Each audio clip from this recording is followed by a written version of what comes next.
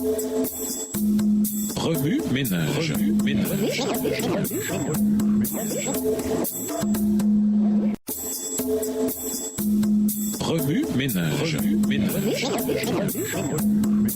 Bienvenue dans votre émission. Remue ménage. Nous voilà à la leçon de dimanche. Intérioriser la bonne place. C'est après son entrée triomphale à Jérusalem que Jésus purifia le temple, balayant le commerce sordide qui se pratiquait avec les offrandes saintes de Dieu. Et pour cause, ce qui aurait dû être considéré comme sa maison de prière s'était transformé en une caverne de voleurs. Marc 11, des versets 1 à 17. Ceux-là même qui étaient censés protéger l'honneur de Dieu trahissaient son caractère en profitant de leur position pour amasser des richesses. Les principaux sacrificateurs, les scribes, les anciens et les autorités du peuple affrontèrent Jésus, mettant en doute son autorité. Jésus leur raconta alors la parabole de la vigne. Le propriétaire d'une vigne, commença-t-il, loua celle-ci à des vignerons. Au lieu de payer au propriétaire son dû, ces hommes prirent possession de la vigne et tuèrent son fils. Se sentant accusés par la parabole, les chefs des Juifs cherchaient un moyen d'arrêter Jésus, car ils savaient qu'il avait dit cette parabole contre eux. Marc 12, verset 12. Après avoir été interrogé par les Sadducéens et les scribes, Jésus mit en garde le peuple contre l'hypocrisie de ses dirigeants. Ils aimaient faire étalage de leur religiosité, alors qu'au-dedans, ils étaient pleins de cupidité et de péché, allant même jusqu'à profiter des offrandes du peuple à des fins égoïstes. C'est dans ce contexte que Jésus s'assit en face des troncs à offrande du temple et il regardait comment les gens y déposaient de l'argent. Verset 41. Il n'était pas là par hasard, il se proposait d'enseigner les précieuses leçons suivantes aux futurs dirigeants de son Église et à nous. Tout d'abord, il se soucie de nos critiques de dons et les évalue. Le sacrifice d'Abel, par exemple, a été pesé et considéré comme meilleur que celui de Caïn. Hébreux 11, verset 4. Ainsi, chaque fois que nous lui apportons nos offrandes, en personne ou par voie électronique, il est là et pèse toujours comment nous l'adorons par elle. Ce comment fait référence à notre état d'être. Nos cœurs sont-ils purifiés et nos péchés confessés? Sommes-nous capables de discerner son sacrifice, son offrande pour nous? Avons-nous fait ce qui était possible pour réparer toute relation endommagée avec nos semblables? Sinon, même si nos offrandes étaient acceptées par l'Église, laquelle ne peut pas lire dans les cœurs, elles ne le seraient pas par Dieu. Ensuite, Jésus n'était pas là pour voir combien, mais comment les gens mettaient dans le tronc à offrande. Il ne se préoccupe jamais du combien, car il ne se concentre pas sur l'argent, mais sur l'allégeance et l'abandon de l'adorateur, ce qui a amené le Créateur de l'univers à s'arrêter et à enseigner à ses disciples une leçon. C'est l'offrande d'une veuve anonyme. Elle faisait confiance à Dieu, lui donnant tout ce qu'elle avait,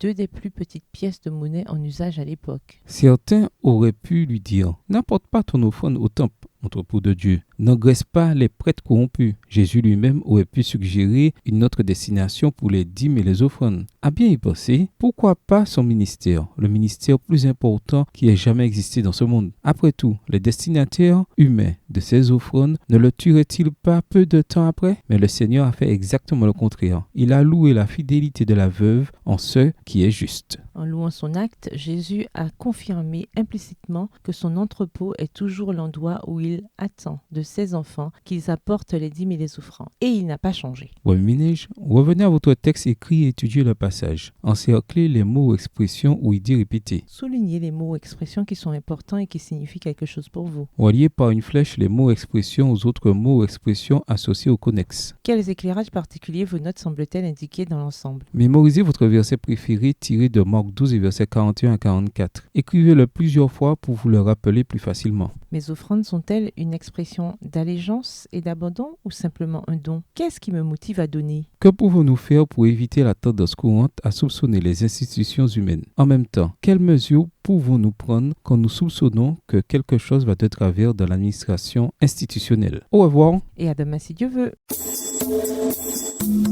Remue ménage. Remue ménage.